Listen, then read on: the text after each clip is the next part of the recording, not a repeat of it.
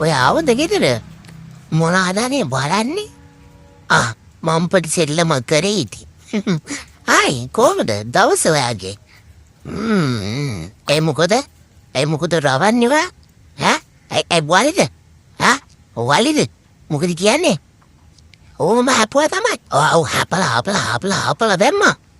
දැන් අයින් කරන්නේ ඉතින් ඔයා. එක අයින් කරන්නේ. දැන් තමාව නාවන්න. දෙකින් එකයි. අම්මේ ඔයාගේ මහත්තයා මට අද මුදටම බැන්න. ආපු ගමම්ම බැන්න.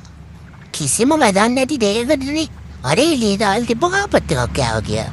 ඔයාගේ මහත්තයාට නම් මම දැන් වැඩි කැමති නැහැ. ඔයා එක්ක එයාට බනින්න. නෑ වෙන වැඩක් නෑ එයාට බනින්න.